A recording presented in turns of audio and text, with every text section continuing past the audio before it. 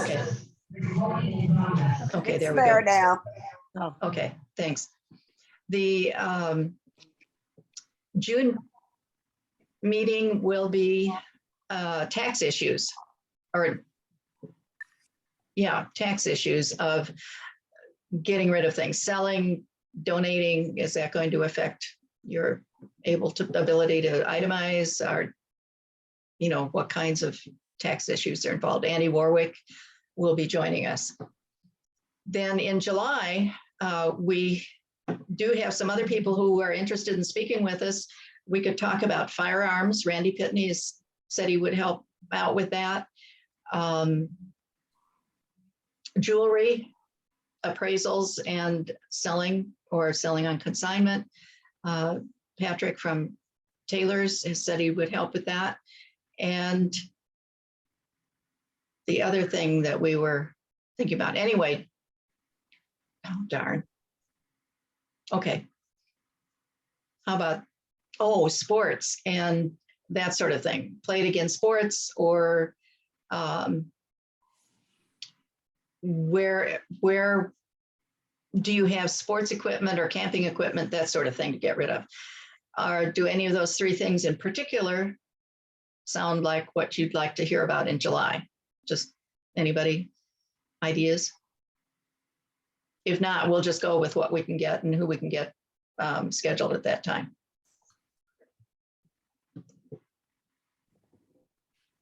I don't see any. No. Okay, good. So those are just a few of the other things that we've got going, and there are other people we've talked to about other types of things. So we've got lots to keep us going for the year. And very glad that all of you are here. And I would like to introduce our speaker. David Mollett is here with us, owner of Well Street Art Company, an artist, faculty member, recently retired, I understand, from UAF. And Well Street has done wonderful First Friday shows and many shows highlighting all of our Alaskan artists. So welcome, David. And you might want to put your view on speaker view for the talk here, but however you want to do it. Anyway, welcome, David. And I'm sure we'll have a lot more questions for you, but tell us what you're doing and how things are going. Well, thank you, Marianne, and thanks to everyone. I know more of you than not, some of you quite well. And as, like I say, most of you who know me know that I've had a gallery in Fairbanks since 1994. I was downtown for about 8 years, and then I moved into the Well Street building and have continued to run the gallery all these years. And now that I'm getting older as well as the rest of you, I'm very familiar with the problems of downsizing. And I'm sure I have more stuff than any of you. So I was downsizing all day today, actually, but I was hauling a couple of van loads of stuff to the dumpsters, which is a great place for a lot of things. Anyway, regarding the art, I've handled quite a few estates in recent years. Over the past 10 years, the Well Street has handled and assisted with Well Street. Well Street. Yep. We've managed. This is the artist David Mollett. We've handled 5 or 6 major estates, some of them enormous. Jim Moody's estate, which was really Alaska Link, his mother's a collection, there must have been at least 3,000 individual pieces if you count the books. And we took care of that. I did Rex Fisher's estate, Gloria Fisher, no relation. We did her estate, and several other equally large ones. So we're pretty familiar with the situation of. I never know where to look in these Zoom meetings because I have all of you up here, and if my eyes are darting around, it's because I'm looking at each one of you. Anyway, everybody's situation is different because everybody, as far as art goes, has collected quite a different collection, and I'm unfortunately in the position of having to be something of a wet blanket on the art collection often, because what I tell people when they buy art, you really should be buying it for your own enjoyment, something to put on the wall and enjoy and think about and contemplate, not be thinking about its value. Because, you know, when you buy a piece of artwork from a gallery anyway, it's immediately worth half what you paid, because of the gallery percentage. The artist receives usually 50% of the sale price, or sometimes a little more. But so then if you want to sell it in a short period of time, it's unlikely to really appreciate, you know, double in value to get back up to the price you just paid. However, I think most of you probably had these pieces for quite some time. So some of them have probably appreciated in value. Some of them might have appreciated substantially. And that's the kind of thing that I've helped a lot of people with, is because I can generally identify the market for most pieces of at least Alaskan artwork. I mean, we sometimes get things that people purchased elsewhere, and if there's no real internet presence for that artist, it's pretty hard to determine a value. You know, other than just a kind of a, well, it looks pretty good, it's probably worth something.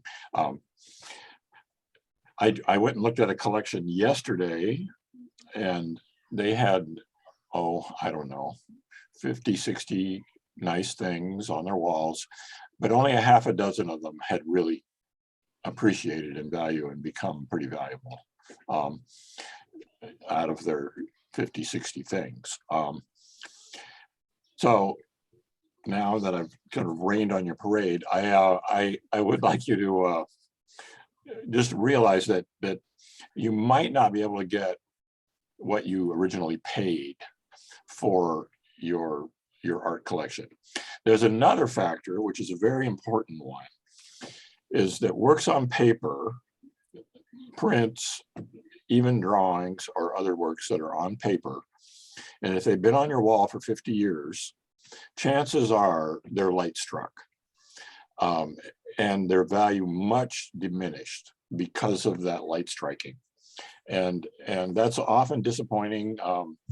People in the 60s and 70s especially purchased the Makaton's prints, sometimes for fairly substantial amounts of money. Although when they were issued, they mostly, I think, went for $300 to $500 a piece. And then there was a sort of a mania for those prints in the 70s, and some of them appreciated up into the thousands. But unfortunately, almost every Makaton's that's been on the wall since that time is faded. The light, just from regular light bulbs, it doesn't even have to be in a brightly lit room. They fade, which basically reduces their value to zero. Which the only way they hold their value is if they're not framed. If you kept them in their original folder in a drawer, they will hold their value. And there's a surprising number of collections like that. We have one of them. We have a large collection of Makaton's prints, virtually all of them in their original envelopes. Mm. Somebody bought them, and so they bought several copies of some, and those are kind of valuable. But if you've been enjoying it for 50 years, you're going to have to look upon that enjoyment as the value. Not to say you couldn't sell it for something. It's just not that they're not going to go for the money when you look on the internet and say, oh, look, it goes for $1,000.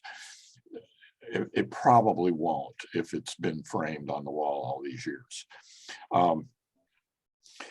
And that goes for all those prints. There was quite a fad for making, among artists, for making these offset lithographic prints, where they make an edition of 500 or even more sometimes. Bev Doolittle being the biggest abuser, she'd made editions of 10,000. Those prints are not particularly valuable today. Some artists in Alaska are still sought after, Makatons being one, Byron Birdsall is another one.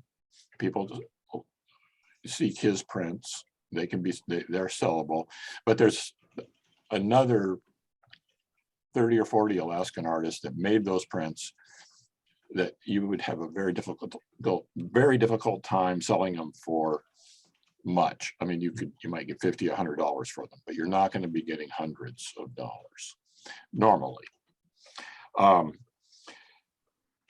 Now, what has held up and has appreciated in value is native Alaskan art. So quality native pieces, whatever they are, of course, there's some things that are not as desirable, but often native pieces have gone up in value and are quite easily sold for full value. Baleen baskets, for instance, small baleen baskets go routinely for about $1,000. And you might have bought one, for like a couple hundred back in the 70s, if that, maybe even less. And then native masks, other than those Anatuvic pass masks, I'm sorry to say, those ones did not go up. But I think every home in Alaska has an Anatuvic pass mask. But the ones from the coastal villages, those are valuable. Ivory, still pretty valuable. You can't sell it out of the country, but you can, within the United States, ivory can be bought and sold. All of that has held up, and there's still quite a market for those things. Dolls, Eskimo dolls, or native made dolls. I'm with the doctors right now. Some of them are quite valuable. Ethel Washington dolls. Okay, I can look for them and get back to you. If you have an Ethel Washington doll. No, I can't. I do a very bad job at that. Mary Ann, can you mute everybody? I can, yeah, I think I can. I've got to figure out how to do that though, sorry. Yes, just a minute. Hold on just a minute. I'm looking for the stuff and I'm trying to listen to this program. Hold on. Joan, can you mute yourself?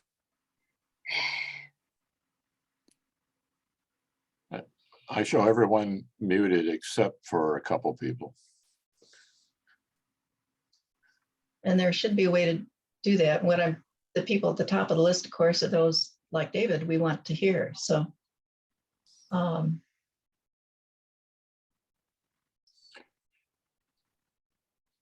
anyway, okay. So native dolls are valuable. And then I have to give a little disclaimer in that, I could say, oh yeah, that's not valuable. And then somebody else might say, oh no, that's valuable. I could sell that for more money. There's quite a few places in Alaska that like to get collections or handle, even if it's only a few pieces. In Fairbanks, at the moment, I'm pretty much the only one that deals with the older collections. But in Anchorage, there's Georgia Blue Gallery, there's Two Friends Gallery, and I think some others that will handle collections. And of course, the gallery will want their normal percentage.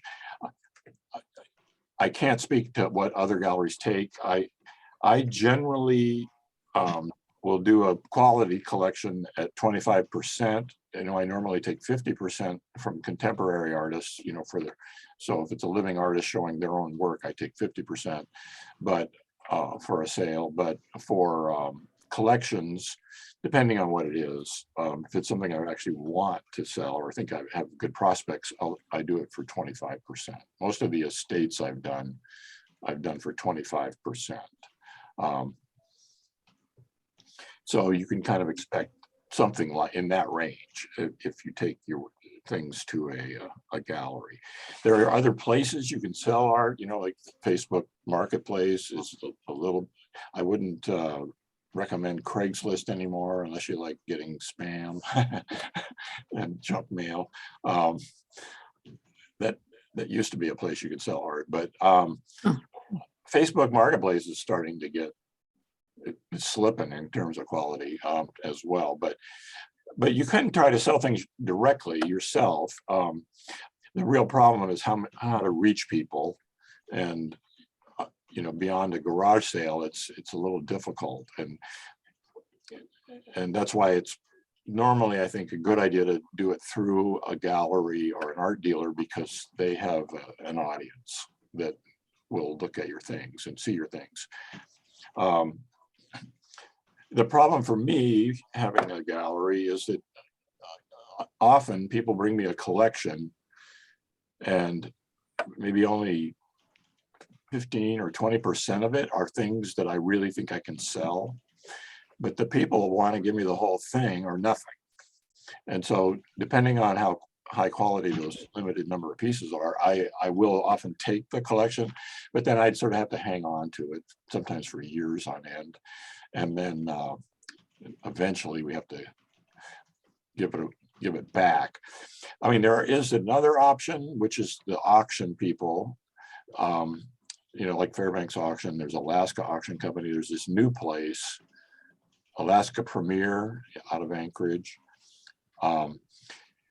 And they're happy to take your collection. But the problem with the auction is they don't care what the price is. The auction house will just sell it for whatever it sells for. If it's $10 or $1,000, they don't care. And so you're taking something of a chance. You can put a minimum on things. They don't really like that, but you can put a minimum. Sometimes higher end pieces of art, I'll sell them through an auction house. Not in Alaska usually, but in the States, we've sold some higher end paintings through Bonhams in San Francisco and Los Angeles. Like we sold a Rusty Herline. I want to say it went for $16,000. We thought it was worth 32, but it did sell for 16, which after two auctions. But then if I'm selling it for you, I'm going to want a percentage, probably 25%. The auction houses tend to take 20% themselves. But like I say, the problem there, it's like a one-time event, and it sells for whatever it sells for. It might be a really good price, but chances are it'll be about half of what you thought you were going to get. And so it's a little risky to do the auction unless it's an extremely high value item. So I do appraisals. Now that I'm the newly minted professor emeritus, I'll have more time, and I'm a kind of an unofficial appraisal person. I've done many appraisals for the IRS and for insurance purposes and just for people to know what their collection's worth over the years. But I think I might try to get a actual license. There's not that it really means much, but there's only 2 licensed appraisers in Alaska that I know of. One of them is Kathy Vale Roach in Anchorage. And the other one is another woman in Anchorage who I know, but I can't think of her name right now. And however, the licensed appraisers charge quite a bit to appraise your collection. What I do generally is I charge $100 an hour, but I try to get the owner of the collection to do a bunch of the work so that I'm not on the clock. So in other words, if you make a list of everything, ideally the artist, if known, the title, if known, the size, and then ideally a photograph. If you make that list, which is very time consuming to make actually for a large collection, well, I'm not charging you. So then all I do is go down the list and put values for each item. Sometimes I have to spend some time researching the item to come up with a good value. And of course, these values, they're a little soft because when you actually go to sell the item, you may or may not be able to get that number, or you might get more than that number. Generally, you're more likely to get a little less than the number, but who knows? You don't know. But I really try to put values that are closely related to recent sales in auctions or in galleries. So I try to keep up with, at least for Alaskan art, I kind of try to keep up with the market. But some things surprise me. There's things that, I don't know about. But I have a network of people I consult with. Those 2 appraisers that I mentioned out of Anchorage, they call me all the time when they don't know the value of something. I'm particularly strong on the Alaska Native art. I'm pretty knowledgeable about valuations for that, and paintings. Paintings by Alaskan artists, I can generally give a pretty good idea. The prints, my opinion is they don't really have much value. The offset lithos, if you see the edition is 500, those are never going to be rare. Not in your lifetime. I mean, maybe someday, but not in the near future. So, but if it's a handmade print that somebody cut a woodcut out or, did an etching, and the edition is more like 15 up to 50, well, now those are original works, and those have value. Those can be quite valuable. I know for some people it's a little difficult to tell the difference, but I mean, in a nutshell, what it is some prints are what we call original prints, where the artist actually made what we call the matrix or the block and printed it themselves. That would be an etching, a handmade lithostone, a woodcut, a linoleum cut, silk screen. Those are all handmade prints. But then there are the offset lithos, which are photo reproductions. And that's what a lot of Makaton's prints, the color ones, are offsets, and the same with Birdsall. They're mostly offset, although each of them did some original prints as well. But you kind of need somebody that can identify what it is. Sometimes we have to look at it under a microscope to tell. But the offset prints, however, they're printed pretty much the same way as the Newsminer. I mean, it's just a photograph of a piece of art, and then it's printed like a poster.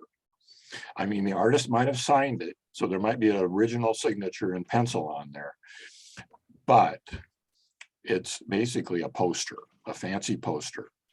And so has value like a fancy poster. A fancy poster might be $50, $100, but it's not going to be thousands normally. Anyway, so that's something to consider. Original paintings and original native art and well, an original sculpture, those are where the real value in art lies. One of a kind works basically. And then the more well-known the artist, the better in terms of that value.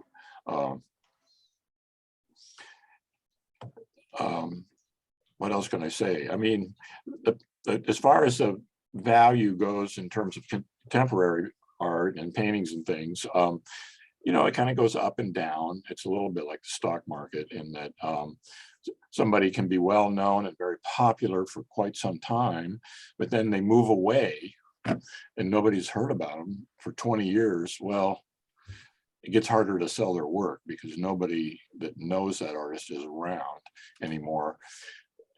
Really, you need somebody to be, leading the parade for an artist to appreciate and value and become ever better known. There's this sort of theory that people will espouse that, when the artist dies, all their work goes way up in value. Well, that's not necessarily true. It frequently plummets because then they're not around to promote themselves anymore and to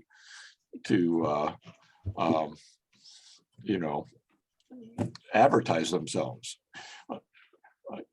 And if an artist sort of gets over a certain hump, then they sort of reach that status that their work might keep appreciating. If they're in the museums, collections, and if they're in, a lot of public art spaces, and I mean, you have to hit a certain level. A good example would be Kess Woodward. His values will not fade for a long time, probably. They might someday fade, but I can name any number of famous artists, big names, national, internationally famous, whose prices have fallen substantially, after they've been gone 20, 30 years. And then others, like Andy Warhol, when he died, his work was cheap. You could buy Andy Warhol's for, the prints, you could, which were original prints, hand-done silk screens. You could buy pretty much any one of them for $1,000. And now you couldn't touch one for less than 10, 20,000. Anything he made. But for 10 years after he died, you could buy his work for cheap. I did not buy one. I came close at one point, but I didn't do it. I didn't make the move. And I can tell you stories of other things I passed over for a lot less money than that. There was a piece by Robert Crumb. I don't know if any of you know him. He's an underground cartoonist. I kind of know him now, but I had the option to buy any one of 50 of his drawings back in the around 1970, and for $50. And I was like, $50, it's quite a bit. I don't know. I don't, maybe I'll come back. Well, I never went back. Anyway, the very drawing I was going to buy, I saw it sell at auction for $100,000 recently. The one I was holding. So, anything can happen, but it's probably not likely you're holding on to too many $100,000 pieces. Although I don't know all of you, and I don't know what you have, but an example of an Alaskan artist that's faded a little, other than Makaton's. Makaton's paintings are still going up. The prints have kind of slipped, but is Sidney Lawrence. And Sidney Lawrence is peaked about, I would say, 15, 20 years ago range. They went for very high prices. They're still quite valuable. despair if you've got a Sidney Lawrence. They're still quite valuable. But paintings that would go for 60 to 100,000 back in the 1980s now sell for like 15, 16,000, maybe 20,000. They sell handily in that price range, but they're not worth 80,000 anymore. You can't find anyone to buy them for that. So they, like I say, it's like the stock market. They kind of go up and they go down. I know that Nan Myers has a Kivitoric Moses. Those are going up. those are appreciating. I'm writing a book on that guy, and when my book comes out, I think that'll help. They'll probably be worth even more. So I'm hoping if any of you have a Kivitoric Moses other than Nan, I'd like to see it. Not that I'll buy it, but I would like to see it because I'm doing this book. Okay, I guess I've talked enough. How about if I take questions?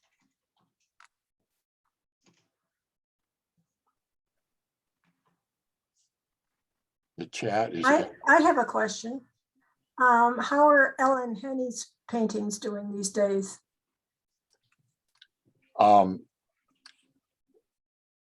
Ellen? Yeah, What's her last name? Henny, Henne, Goodale. Oh yeah, Henny, yeah, Ellen Goodale. They're pretty good. They haven't really gone up late, since I've started selling art. But they've held their value. Like the small ones, like the little portrait ones, sell for around $500, and they sell pretty well. There's a lot of those little ones. A big one will go for a few thousand. And if it, Depending on what it is. I mean, without seeing it, it's kind of hard to put a value, but yeah. What if you're less interested in making a bunch of money, more interested that it goes to somebody who will appreciate it? What sort of outlets are there? well, that's a good question. A lot of times people want to leave their collection to a museum. And it's problematical because the museum is very picky, and it's not really because for quality alone, it's because kind of what they've already got. So if you've got a bunch of paintings by a certain artist and they've already got some good ones, they probably won't want it, or they may balk at taking.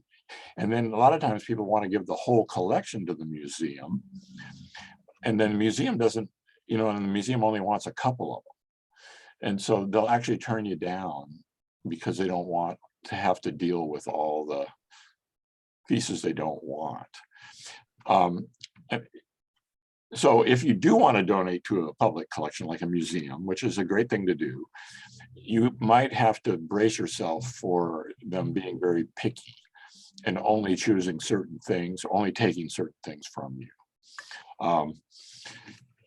But it's certainly worth pursuing. And plus you can get a tax deduction for that.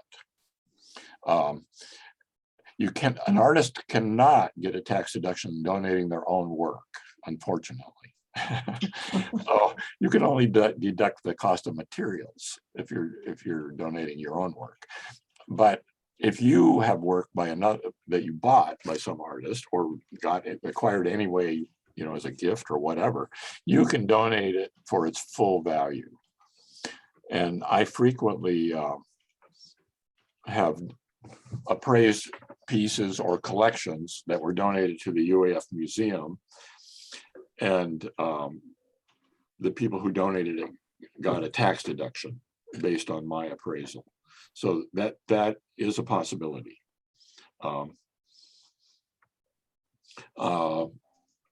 There's starting to be some. I have some other questions. Do you take 2 or 3 consignments? I only caught part of that. Oh, someone asked, do you take 2 or 3 consignments? Two or you mean like 2 or 3 pieces? It could be, I'm not sure. Yeah, oh yeah, I'll take 1 piece if it's something I think I can sell ultimately, Mhm. or it's worth trying to sell it. I mean, the trouble with consignment for everybody is that it might not sell, and it might hang around for years before it sells. It might never sell. So after a couple of 2 or 3 years, I usually try to give it back to the people that Okay. find it. But I'm happy to take as little as 1 piece if it's something that I think will sell. Another question, what about Bill Berry and Kickbush art? Well, those are 2 different categories. Kickbush, there's a glut on the market at the moment. It's the weirdest thing. You never would see a kickbush, except occasionally. You know, we'd get one once in a while. And there's a market for those. People like them. She must have done hundreds, if not thousands, of those little watercolors of the children. But those sell for a couple $100s a piece. And then the paintings sell for 500, 1,000, even 2,000, you know, for a bigger one. But just recently, that Alaska Premier Auction Company had an auction of 60 of her paintings, and they sold them all. And now they have another auction coming with like 30 more. This is after years of only seeing one turn up every once in a while. So generally, it's not a good plan to dump all those 90 paintings by the artist at once. You know, you kind of better to spread them out, sell them a few at a time. Anyway, Bill Berry, Kickbush has quite a reputation because she was very popular in the 60s and painted a lot of paintings in Alaska and sold them here, and was quite heavily collected. I mean, they've not gone up into the stratosphere in terms of value, but they definitely have held their value, probably close to or a little above what people originally paid. And so she's a statewide known artist. Bill Berry, not as much, because he's really only known in Fairbanks, although he's, you know, a highly respected illustrator. And I would say a painting by Bill Berry would be quite valuable, you know, at least a couple thousand. I only know one big Bill Berry collector named Todd Sherman. So Todd would probably buy your painting if you've got a Bill Berry. But his drawings, his work is valuable here in Fairbanks. I would say that he's not known much outside of Fairbanks. There is a kind of a cult following for Bill's work, but it's small. It's a small cult. Whereas Kickbush is really well known. But anyway, both of them have some value. Yes. Okay, ready for another question? You ready? Okay, what is your best contact information? Oh, for myself? Yes. Probably you should contact me through the gallery. There's my email at the gallery is david@wellstreetart.com. It's just well, WELL street art, all one word, .com. You can go look to, if you forget that, you can just go to the website and it's on there. It's the contact. Okay. That's probably the best. You can call me at I hesitate to give this many people my cell phone number. You can call me at the gallery, which is 907-452-6169. I'm a little slow getting back on that line because all the gallery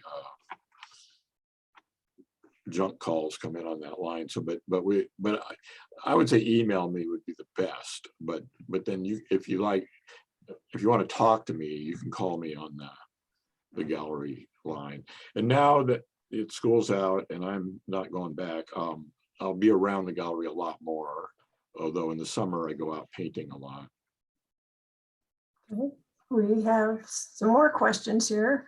What about Melvin Alana soapstones, unsigned before he really took off? Well, it's unfortunate it's unsigned. However, Melvin Alana's work is valuable. It falls into that category of prominent Native Alaskan artist. It's fairly recognizable, his style. I mean, I don't know how big of a piece we're talking about here, I'd have to see him to give you a number. But his work is quite valuable. We've sold pieces, for $10,000. We've not little soapstones, but like a big piece, a big soapstone, 10,000. His bronzes can go for 10,000. I'd say a small soapstone's worth 1,000 anyway. I mean, I don't know what we're talking about, but anyway, his work is valuable. And along lines, if ivory pieces are not signed by the artist, how is the value determined? Well, ivory was almost never signed until the mid 1970s. It just wasn't, they just didn't sign it. So it's really the quality of the carving. The older pieces tend to be worth more. So things from the 50s or earlier are worth more. You can always tell because the patina on the ivory, they've kind of gone a little brown. They look a little more antique. And plus the style of carving changed quite a bit. So I can usually speculate fairly accurately, I think, on how old it is. So the ivory up through the 60s tends to be worth a little more than the ivory from the 70s on. But like I say, from the 70s on, it tends to be signed, and then it kind of goes by individual artists. Certain artists are worth more because they just did higher quality work. Earl Mayak, his Paul Tulliana, those are carvers that whose work goes for a little more. But it all has some value, all the ivory, but it relates more directly to how stylized and the quality of the carving, how intricate it is or how charming it is. If it's a really charming piece, it's worth more. And that work, the ivory from the 50s, it is definitely superior. I mean, ivory goes back to 1900. They started doing tourist ivory in 1900. And pieces from the early part of the 20th century are worth, more, thousands for big. And then if you've got a great big giant tusk, all carved elaborately, that's worth a few $1,000s, to be sure. Nunavak Island tusks, those all carved, out, those are worth more. Really nice scrimshaw, big tusks. I just saw a few in Washington, D.C. in the collection I just looked at. They had 4 big tusks, spectacular ones. They bought them all in Nome in the mid 60s. And ivory carving is kind of fading right now.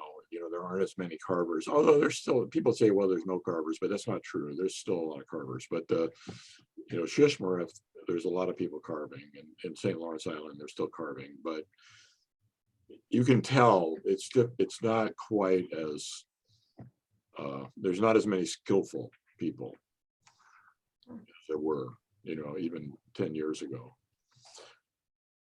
Okay, what about Edna Wilder paintings in soapstone? I'm not as familiar with her. And soapstone, she did soapstones. I'd have to see them. I can't just throw out numbers for her.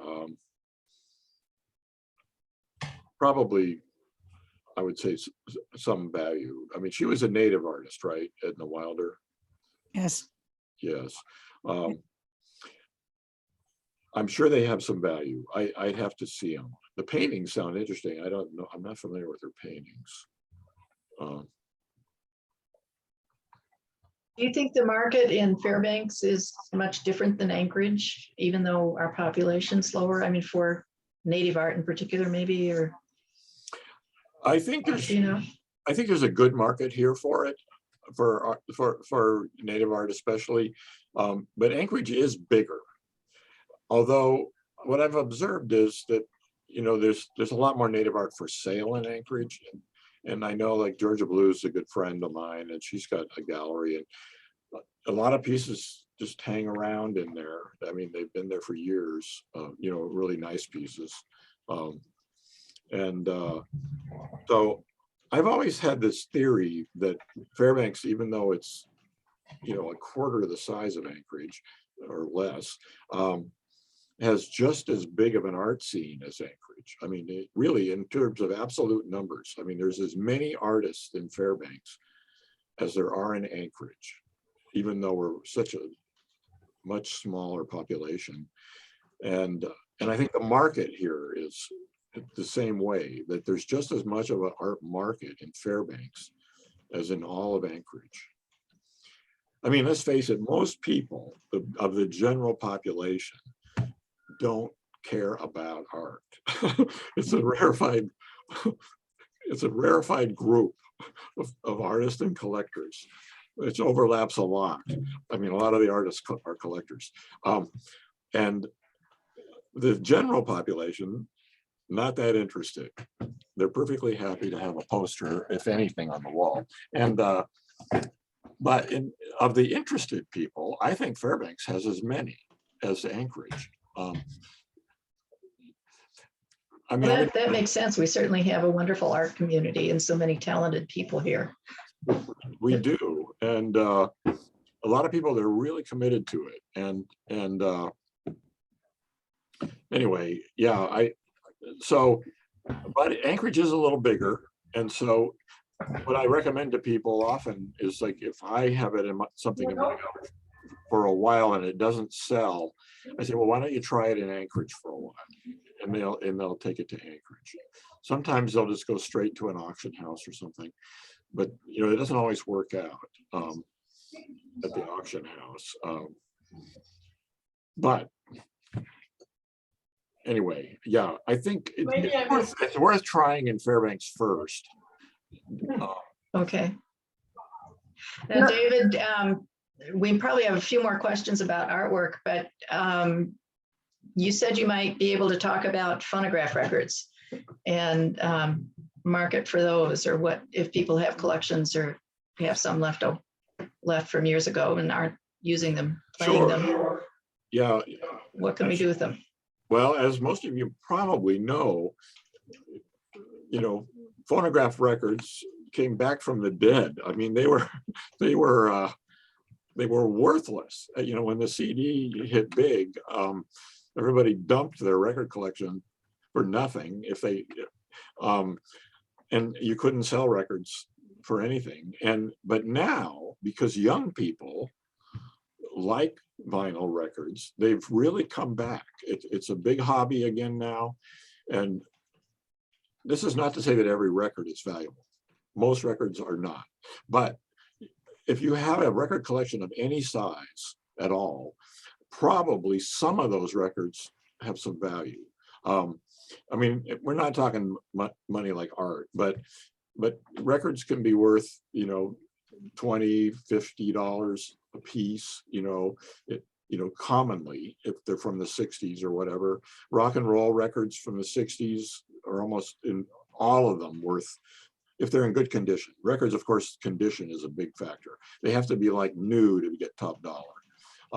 But if you took good care of them, and if they skip or scratched up, they have no value.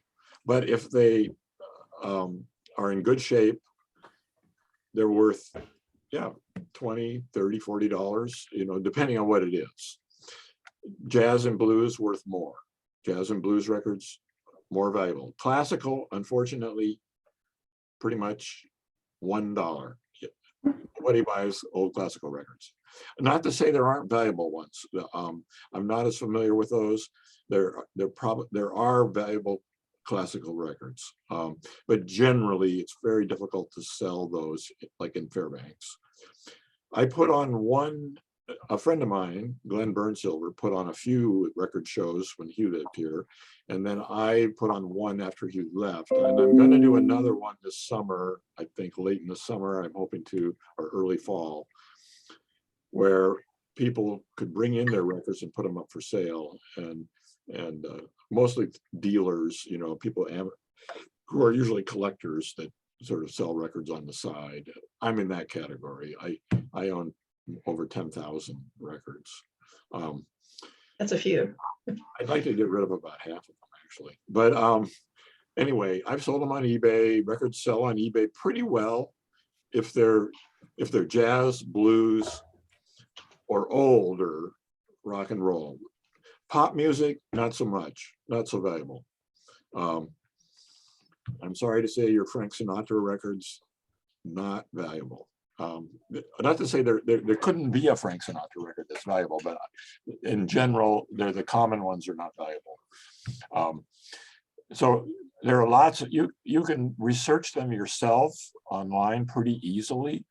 Just type them into eBay and you can see what other people are selling them for.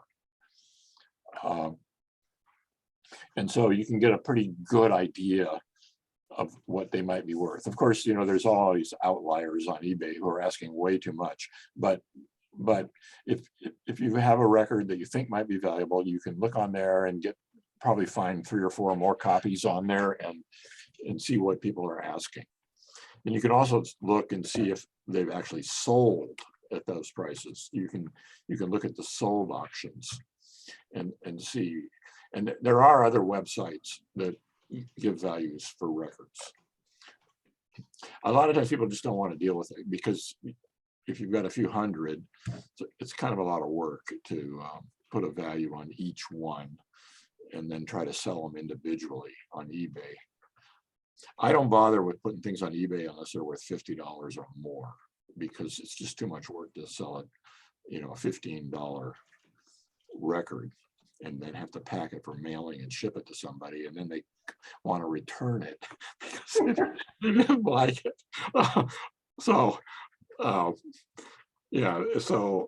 Yeah, you want to, as far as records go, you probably only want to try to sell your more valuable ones. I have so many records. My records are like, I'll take your collection for nothing, or possibly give you a little something for it if it's good. But and Glenn Burnsilver, who comes to Alaska every summer, he'll buy your record collection, but he won't give you much, you know, 50 cents a record or something. But I'll take them off your hands if you just want to get rid of them, and I'll high grade them and make sure the good ones go into somebody's collection at some point in the future. And people often give me their collections. I've been given a lot of collections. I would say that only about 10 to 20% of the collection has value. Usually, because most people just have pretty common ones. It's the uncommon ones that have the higher values. Or, you know, like if you bought every Beatles 45 an album as they came out and have the first editions of all those Beatles albums, those are valuable. Those are quite valuable. And it's difficult for ordinary people to tell them apart from the later issues. You have to read those little numbers that are in the vinyl in the center and to identify the valuable ones. But should you like, I can look at your records and I can just flip through them and I can pull all the valuable ones out and say, okay, here's your valuable ones. The rest of them, give them to the Literacy Council. Because that's what people do. They will take records. Literacy Council will take your records. And you know, but like I say, if it's scratched, just throw it away because nobody will buy the scratched ones. Okay, that's enough on records. Okay. Unless you, We had a question about what about, do you appraise ivory, jade, and gold jewelry? well, ivory, yes, not jade and gold, really. I'm not, there are other people that are better, know more about that than I do. I would go to the jewelers around town, tailors or they would be better places to inquire about that. We occasionally get jewelry, some jewelry. If it's native made ivory jewelry, I can give you a pretty good idea about what it's worth. But jewelry in general, I'm not really an expert. Well, it's after 4 o'clock, and I'm sure there are lots more questions, but I just want to really thank you, David. This has been very interesting, and you've really covered a lot of information. Are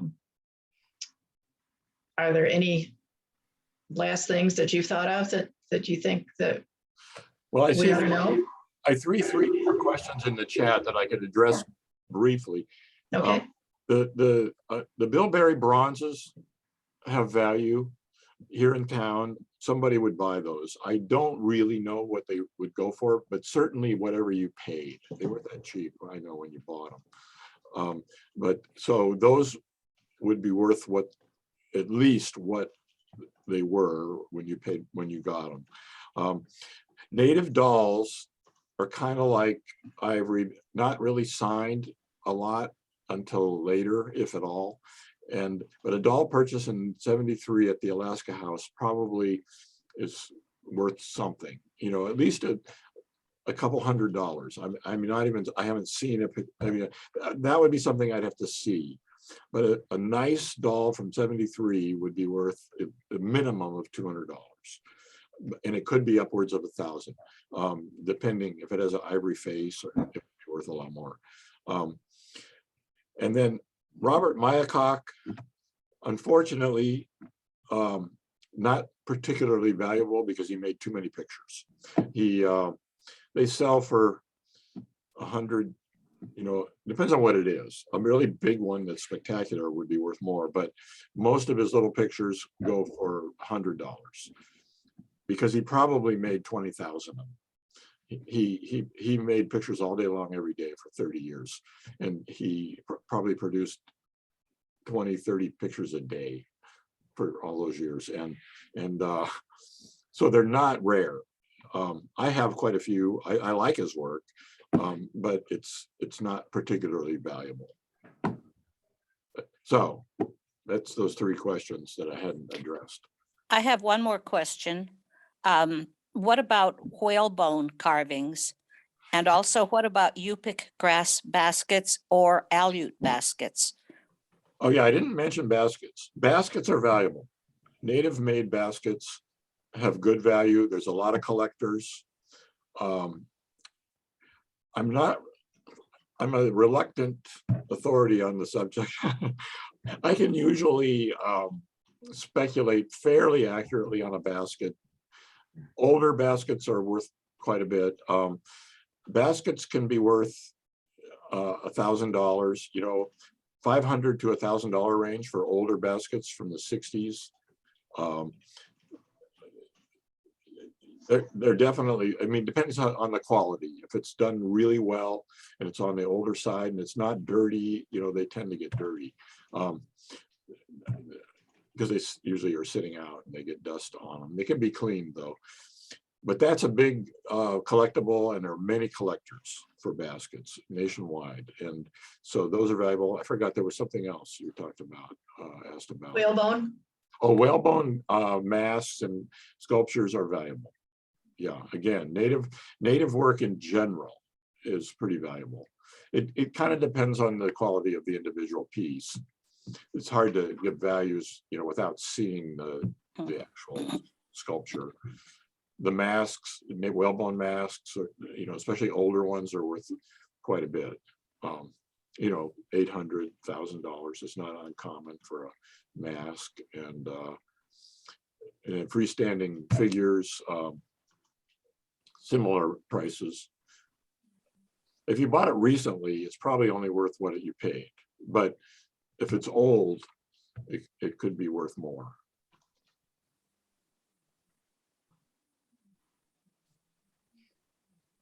That's great. I think we've got lots of information. I'm sure a lot of folks are going to be contacting you. Yeah, I'm happy to look at things. You can bring them by the gallery. If I'm not there, you can leave them off. We'll take care of them until you come back and get them. But if you have a lot of things, you probably should make an appointment with me to come see. You know, I can come to your place if you're, and we can, you know, talk about it. And if you want a formal appraisal, we can talk about that. If you just have a few things, though, just bring them in. And I can look at them and give you a ballpark figure, unofficial appraisal for free. I don't mind telling people what things are worth. Some people won't do that, but I'm happy to speculate on the value. Thank you. Great. Okay, Thanks very much. you're welcome. Thanks so much, David. I Thank really you. appreciate it. Thank all of you. Thank you, David. Meeting. Thank you, David. It's good. Thank you.